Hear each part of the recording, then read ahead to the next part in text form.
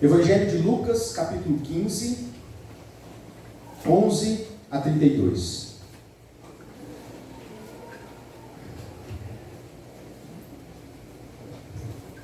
A parábola do filho pródigo. Continuou: certo homem tinha 2 filhos. O mais moço deles disse ao pai: Pai, dá-me a parte dos bens que me cabe. E ele lhes repartiu os haveres. Passados não muitos dias, o filho mais moço, ajuntando tudo o que era seu, partiu para uma terra distante e lá dissipou todos os seus bens, vivendo dissolutamente. Depois de ter consumido tudo, sobreveio àquele país uma grande fome e ele começou a passar necessidade. Então ele foi e se agregou a um dos cidadãos daquela terra, e este o mandou para os seus campos a guardar porcos. Ali desejava ele fartar-se das alfarrobas que os porcos comiam, mas ninguém lhe dava nada. Então, caído em si, disse: Quantos trabalhadores de meu pai têm pão com fartura, e eu aqui morro de fome? Levantar-me-ei e irei ter com meu pai e lhe direi: Pai, pequei contra o céu e diante de ti. Já não sou digno de ser chamado teu filho. Trata-me como um dos teus trabalhadores. E levantando-se foi para o seu pai. Vinha ele longe, quando seu pai o avistou, e compadecido dele, correndo, o abraçou e o beijou. E o filho lhe disse: Pai, pequei contra o céu e diante de ti. Já não sou digno de ser chamado seu filho. O pai, porém, disse aos servos: Trazei depressa a melhor roupa, vesti, ponde-lhe um anel no dedo e sandálias nos pés. Trazei também e matai um novilho cevado. Comamos e regozijamos, porque este teu filho estava morto e reviveu, estava perdido e foi achado. E começaram a regozijar-se. Ora, o filho mais velho estivera no campo, e quando voltava, ao aproximar-se da casa, ouviu a música e as danças. Chamou um dos criados e perguntou-lhe o que era aquilo. E ele o informou: Veio teu irmão, e o teu pai mandou matar um novilho cevado, porque recuperou com saúde. Ele se indignou e não queria entrar. Saindo, porém, o pai procurava conciliá-lo. Mas ele respondeu ao seu pai: Há tantos anos que eu te sirvo, sem jamais transgredir uma só ordem tua, e nunca me deste um cabrito sequer, para alegrar-me com os meus amigos. Vindo, porém, este teu filho, que desperdiçou os teus bens com meretrizes, tu mandaste matar para ele um novilho cevado. Então lhe respondeu o pai: Meu filho, tu sempre estás comigo, tudo que é meu é teu. Entretanto, era preciso que nos regozijássemos e nos alegrássemos, porque este teu irmão estava morto e reviveu, estava perdido e foi achado. Vamos orar? Deus querido, nós te agradecemos por este momento especial, quando temos a oportunidade de mais uma vez refletir na sua palavra. Pedimos a Deus que o Senhor nos conceda a compreensão desse texto e que na ação do teu Espírito possamos aplicá-lo à nossa vida, à nossa realidade como igreja. Abençoe a minha vida e a vida de cada um dos meus irmãos aqui nessa noite. Em Cristo Jesus que oramos. Amém. Nós temos dito que o ano de 2022, como tem sido projetado em todos os cultos, é para a nossa igreja o ano do recomeço. Recomeço em tantas áreas da nossa vida, recomeço em coisas que ficaram perdidas ao longo dos últimos 2 anos, recomeço de um relacionamento mais íntimo com Deus, enquanto pessoas, membros do corpo de Cristo, bem como o próprio corpo de Cristo. Temos tratado ao longo dos últimos domingos a respeito do nosso papel como igreja, na missão de Deus, na missão que Deus concedeu à igreja no lugar onde nós estamos. Hoje, eu gostaria de falar com os irmãos a respeito de recomeço, de um recomeço proposto por um pai que ama tanto seus filhos, que é capaz de perdoar-lhes a rebeldia. Hoje eu gostaria de falar de reconciliação, de um novo começo para o relacionamento de dois filhos para com seu pai. Nós precisamos entender o contexto que esta parábola nos é proposta, e por essa razão é que nós lemos a primeira delas, narrada aqui no capítulo 15 do Evangelho de Lucas, que é a parábola da ovelha perdida. Jesus estava ensinando uma grande multidão e estava entre eles publicanos e pecadores, pessoas que, quer seja pela natureza do seu ofício, quer seja por não se curvarem à religiosidade dos fariseus do seu tempo, viviam à parte da religião. Eles não frequentavam a sinagoga e, se o faziam, era de muito longe. Eram tidos pelos religiosos como pecadores, como pessoas que não cumpriam a lei de Deus e, portanto, estavam fora das promessas que Deus havia feito a Abraão. E é exatamente neste contexto, quando os religiosos começam a questionar a atitude de Jesus em estar com pecadores, em falar com pecadores, chegando ao cúmulo de comer com pecadores, é que Jesus então propõe-lhes 3 parábolas para falar do amor de Deus em reconciliar filhos rebeldes. 2 públicos distintos, separados pelo arrependimento. Jesus, ele foi crucificado, irmãos. Ele morreu na cruz do Calvário porque Deus nos amou, a tal ponto que ele se agradou de ver o próprio Cristo enfermar na cruz. É o que nos diz o profeta Isaías no capítulo 53 do seu livro. E Jesus fez isso por cada um de nós, aqueles que creem, quando estávamos mortos em nossos delitos e pecados. É o que afirma o apóstolo Paulo em Efésios capítulo 2. Portanto, ele fez isso sem que houvesse merecimento da nossa parte. Merecíamos o castigo pela justa ira de Deus. No entanto, em contraponto a isso, ele nos oferece o perdão por sua graça. O amor de Deus é completamente diferente da forma com que nós amamos uns aos outros. Porque sabe, todos nós amamos. Esta é uma característica intrínseca do ser humano. Algo que nos foi comunicado pelo próprio ser de Deus. A imagem de Deus refletida em nós nos permite amar. Mas o pecado causou um dano, uma mancha nessa marca de Deus nas nossas vidas e nos implica em amar, mas até certo ponto. Nós amamos, mas quando as pessoas nos machucam, por qualquer motivo que seja, nós deixamos de amar. Quando somos ou pensamos que somos rejeitados, nós interrompemos as nossas afeições de amor, de carinho uns para com os outros. Às vezes, em determinados contextos, criamos inclusive bloqueios nos nossos relacionamentos, porque o nosso amor uns para com os outros, embora seja real, ele tem limites. Ele está ligado, atrelado a uma contraparte amorosa. Ele está ligado ao merecimento. Definitivamente, o amor de Deus não é assim.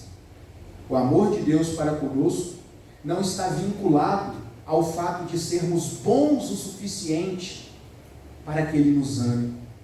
Muito pelo contrário, não existe mérito em nós, e ainda assim Ele nos ama.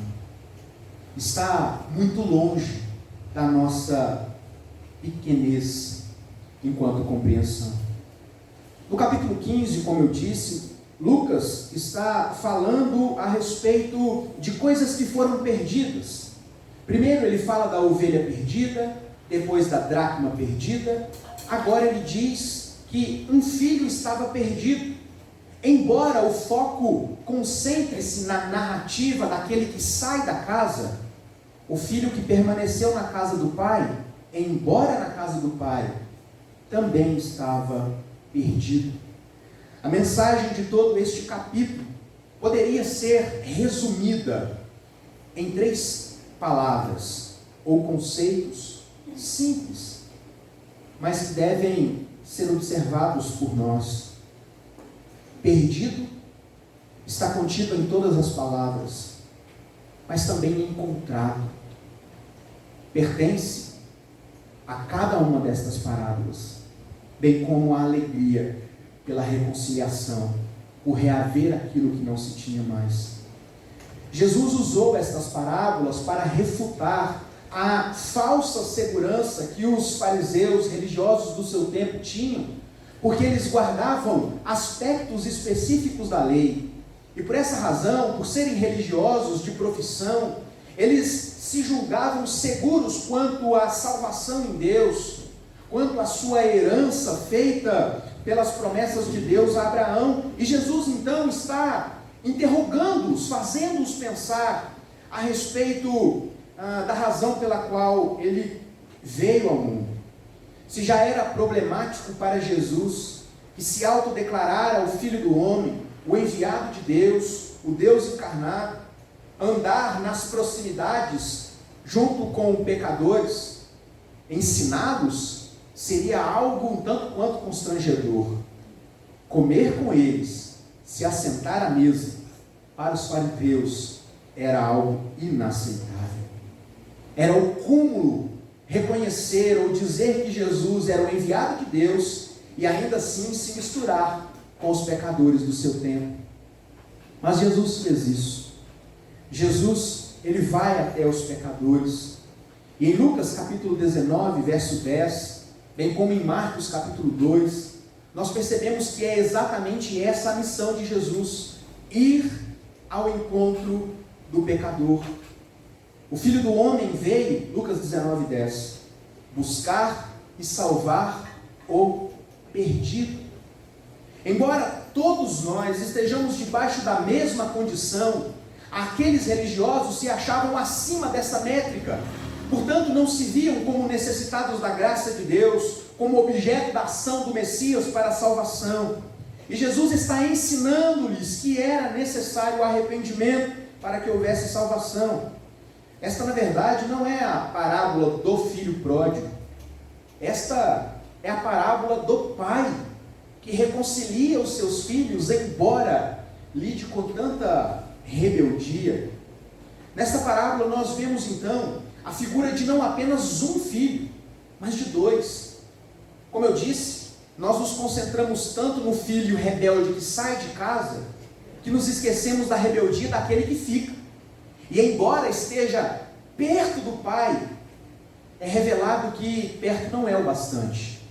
Ele se rebela contra o pai, ele contesta as atitudes do pai, ele não reconhece a alegria do pai em ter de volta o seu filho.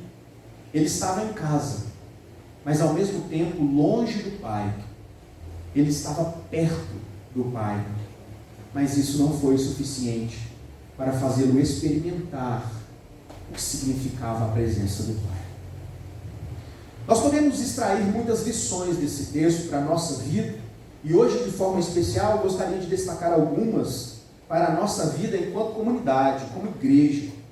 A primeira delas, irmãos, é que quando nós olhamos para esse texto, e aqui, referindo-me ao primeiro filho, àquele mais moço que sai de casa, nós aprendemos que a ação de Deus na busca pelo perdido é completamente sem limites. O amor de Deus é sem limite, e por isso Ele permite que os filhos cometam erros. Sabe por que nós precisamos ressaltar este ponto? Por que existe tanta maldade no mundo? Às vezes as pessoas insistem em colocar na conta de Deus os resultados das más atitudes, das más escolhas dos próprios homens. Essa semana eu tive uma longa conversa no Instagram com um dos seguidores lá da minha página, naquela rede social, porque ele contestava o tempo todo uma das falas de um vídeo que eu coloquei, que falava a respeito da responsabilidade humana para com o pecado, da responsabilização. Deus perdoa todos os pecados, mas isso não significa dizer que Ele nos isenta das nossas responsabilidades. A graça de Deus nos alcança e o nosso pecado não nos condena, mas isso não exclui de nós o fato de termos que arcar com as nossas más escolhas. Nós vivemos num contexto de uma geração que não sabe ouvir não. São super protegidos, uma geração mimada, que não pode ser contrariada pelos pais ou por qualquer outra autoridade sem sair esbravejando. Nós temos, irmãos, nós estamos caminhando numa geração onde os pais, e aqui falo como pai, como alguém que é objeto disso, que vive uma super proteção dos filhos, como se essa super proteção pudesse blindar os nossos filhos da consequência dos seus erros, porque se isso fosse verdade, esta super proteção os isentaria dos males desse mundo, mas isso não é verdade. As consequências para as nossas más escolhas, elas acabam vindo. Num ditado muito popular, a conta chega, e nós precisamos estar preparados para arcar com estas coisas. Errar faz parte do processo natural de aprendizagem. É interessante quando nós temos contato com algo que nos é novo. E eu me lembro que quando era criança ainda, eu morava numa cidade do Vale do Aço chamada Pingo d'Água. E a gente ficava na casa da minha avózinha, mãe da minha mãe, boa parte do dia, porque os nossos pais trabalhavam, e casa de vó é reduto de neto. Então você imagina, aquele tanto de menino fazendo arte o dia inteiro num terreno grande. Naquele lugar é muito comum cisterna, não é nem poço artesiano, é cisterna para o abastecimento de água. E tinha cisterna e uma bomba elétrica para bombear a água para a caixa d'água, enfim, para que a água pudesse ser utilizada. E eu me lembro que eu sempre via aquela cisterna, mas por medo de cair ali, embora estivesse protegido, eu nunca cheguei perto. E eu me lembro que saiu uma mangueira amarela dela, que eu não sabia o que era, se era mangueira de água, de alguma coisa. Até que um dia, um dos meus primos, o Rafa, disse: Albert, eu duvido que você chega perto daquela mangueira amarela ali e levanta ela. Irmãos, tudo que uma criança não pode ouvir, eu duvido que você faz. Porque aí brota dentro do coração do pecador, que já somos desde crianças, o desejo de fazer aquilo. Eu tinha medo, porque eu não sabia o que era aquilo. Era uma mangueira. E eu então cheguei ali olhando para ele, como um valente que pensava que era. Eu levantei aquela mangueira e eu fiquei grudado ali, porque ela me deu um choque. Dentro daquela mangueira passava um fio, e possivelmente, necessariamente, aquele fio estava desencapado, e dependendo da posição, fechava curto, e por algum motivo, aquela mangueira, aquela coisa que passava ali não vedava e dava um choque, mas era um choque de me fazer tremer. E eu me lembro de ter ficado agarrado ali, de ficar agarrado naquela mangueira. Sabe o que isso me ensinou? Que não se deve enfiar o dedo em fio desencapado. Mas eu aprendi isso da pior maneira. Foi tomando choque.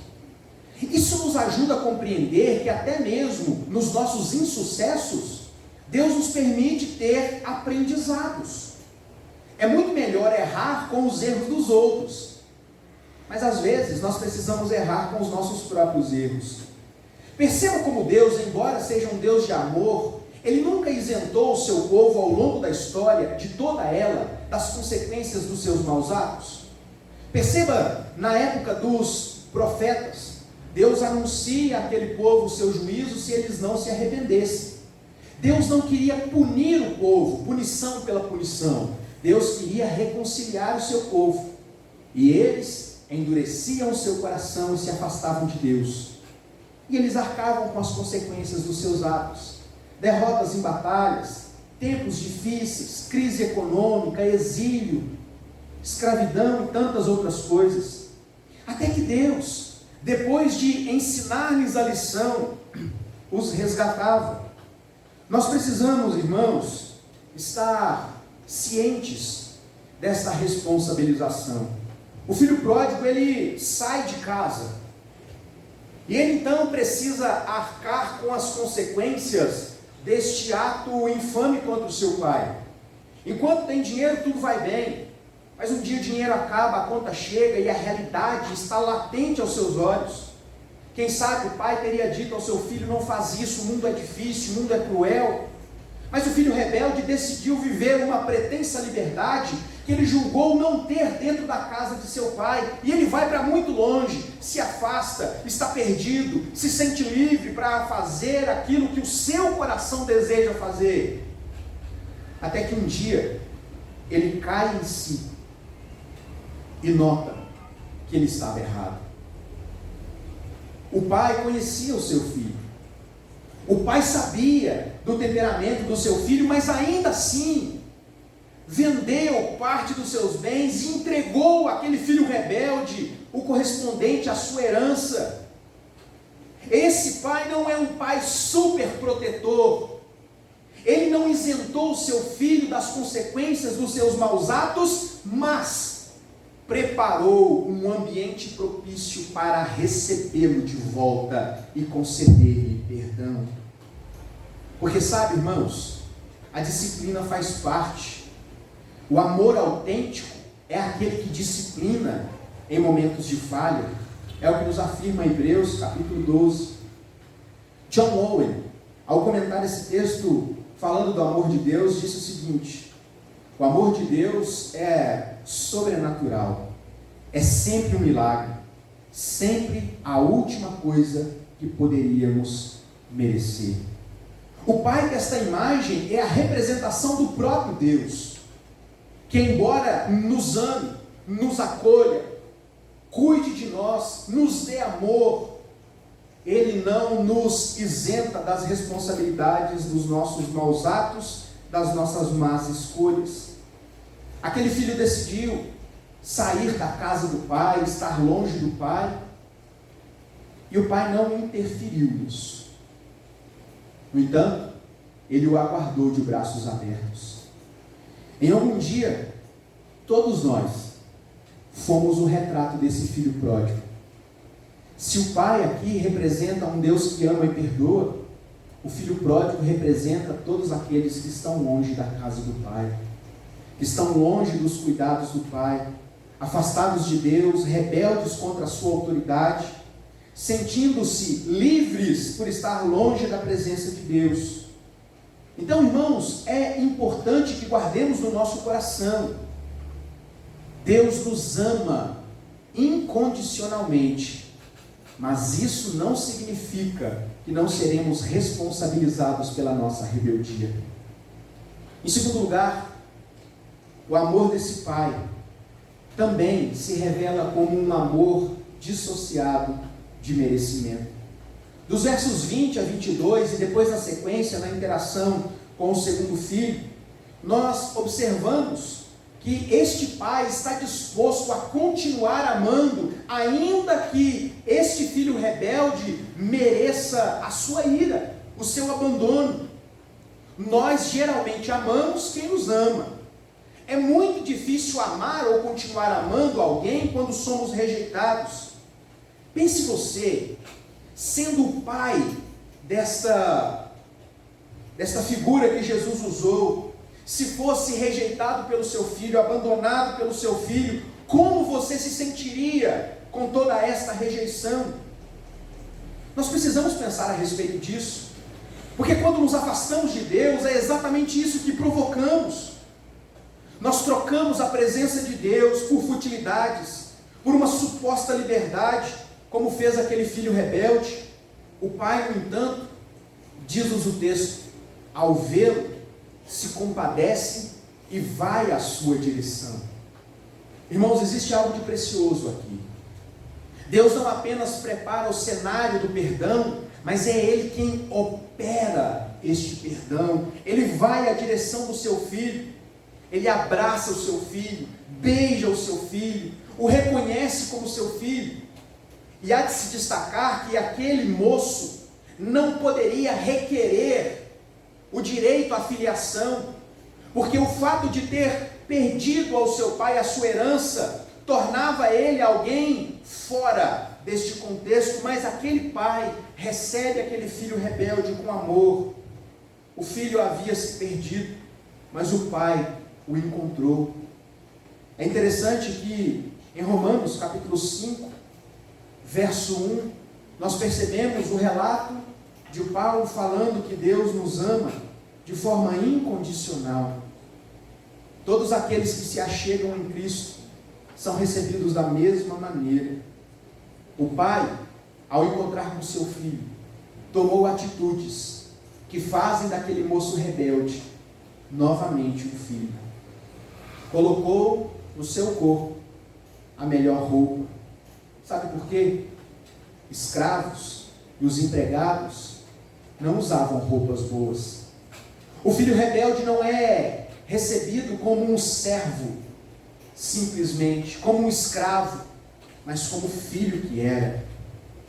O pai manda colocar no dedo daquele filho um anel, como sinal de autoridade, sandálias nos pés, como um sinal de honra, porque escravos não tinham sandálias, mas o filho andava calçado. Sacrifica-se então um novilho cevado, faz-se uma grande festa, uma grande celebração, que só acontecia quando um convidado muito especial chegava-se àquela casa, e eles então regozijavam-se em torno da mesa. Nós entendemos como o amor de Deus é sem limites e não está condicionado ao merecimento. O filho, eu e você, chega diante de Deus maltrapilho, sujo, mas ainda assim Deus nos trata como verdadeiros filhos. Sabemos que somos rebeldes. Quando olhamos para Romanos 3:23, nós temos clara a declaração de Paulo, porque todos pecaram e portanto separados estão da glória de Deus. Contudo, irmãos, esta é uma realidade que não alcança apenas uns e outros, mas a todos os filhos. Perceba que, embora não comumente falemos do segundo filho, ele também se revela como um filho rebelde. A despeito de ter permanecido na casa do pai, e nesta parábola, estar ali no contexto do convívio do pai, se revela como alguém que carece de uma reconciliação, que carece de compreensão e entendimento do amor do pai. O filho que ficou na casa é mais uma representação que potencialmente podemos ser. Pode ser, irmãos, que embora um dia eu e você fomos esse filho pródigo, estávamos longe de Deus e Deus nos atraiu à sua presença. Mas sabe, pode ser também que em algum momento da nossa caminhada tenhamos nos tornado como esse segundo filho. Não saiu da casa do pai, permanece, mantém comunhão, mas ainda não entendeu o significado e não desfruta desta filiação, porque ele também se revela rebelde, alguém que não tem amor por aqueles que estão perdidos. Lembre-se que Jesus está confrontando os religiosos, e aqui este segundo filho é a representação dos religiosos, que achavam que mereciam mais do pai, do que aquilo que o pai estava oferecendo, que achavam que o pai estava errado por fazer festa ao reconciliar um filho perdido, como os fariseus estavam fazendo. Por que comes tu com estes pecadores? Infelizmente, irmãos, em determinados momentos da nossa caminhada, nós estagnamos, continuamos vinculados à casa do pai, a uma igreja, a uma comunidade, mas deixamos de experimentar os efeitos dessa filiação.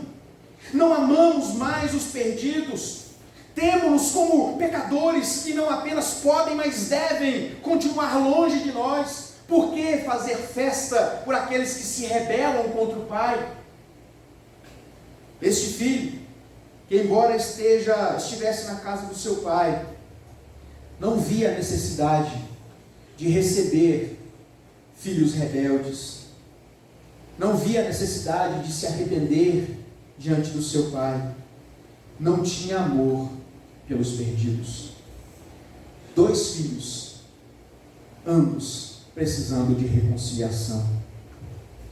Irmãos, nós poderíamos tecer ainda muitas outras reflexões a respeito dessa parábola, porque ela é riquíssima. Ela fala do amor infinito de Deus para com o seu povo. Mas eu gostaria de concluir aqui chamando a sua atenção para algo importante. Em primeiro lugar, todos nós um dia fomos o filho pródigo, o esbanjador, o notadamente pecador e rebelde. Mas pode ser também que em determinado momento da nossa caminhada tenhamos nos tornado, pela dureza do nosso coração, como este segundo filho, vinculados à casa do Pai, mas sem compreender os efeitos de uma filiação que se revela por amor. Duas atitudes nos são requeridas na atitude daquele que se arrepende. Sabe qual a diferença, irmãos, destes dois irmãos? É que um deles reconheceu que precisava do Pai. Um deles reconheceu que o Pai estava sempre certo, e o outro, seguro na sua autoconfiança, na sua obediência exterior, permaneceu rebelde contra o seu pai. Estava perto, ali, no entorno, no contexto, mas não se dobrou ao chamado do Pai.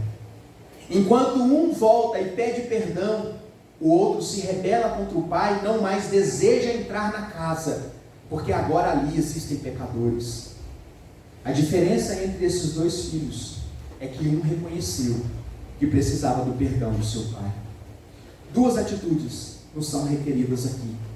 A primeira delas, verso 17, diz-nos o texto que o filho que se arrependeu caiu em si, isto é, ele percebeu que o arrependimento era necessário. É triste demais, irmãos, quando nos julgamos superiores pela nossa religiosidade, quando achamos que o pecado do nosso irmão é sempre mais grave do que o nosso, quando achamos que por estarmos perto, isso nos torna melhores do que aqueles que estão longe. Em segundo lugar, verso 18, ele planejou a mudança. Ele disse: levantar-me-ei, eu preciso fazer alguma coisa. Hoje é o dia da mudança. Diz-nos o texto que aquele jovem arrependido largou o que estava fazendo, decidido, voltou à presença do Pai. Como você está hoje? É o questionamento que eu gostaria de propor para a nossa conclusão. Perto do Pai? Como filho, que sempre esteve ali, mas que, pela dureza do coração, deixou de ter amor por aqueles que estão perdidos? Será que perto do Pai, se rebelando contra o Pai, por agora ter pecadores frequentando a sua casa? Ou longe, quem sabe, afastados de Deus, precisando de um acerto, de uma confissão, de uma mudança? Quem sabe, irmãos, quer longe, quer perto, Deus esteja falando conosco nessa noite, para que todos possamos reconhecer que precisamos dele. O que está longe, venha. O que está perto, reconheça que perto não é o bastante. Que Deus nos ajude a sermos reconciliados, como foram estes dois filhos. Um reconheceu, o outro, porque se achava bom demais por fazer parte do contexto, permaneceu rebelde contra o Pai. Que Deus nos permita sairmos daqui reconciliados com Ele, pertos na casa do Pai, mas entendendo que precisamos do perdão do nosso Senhor.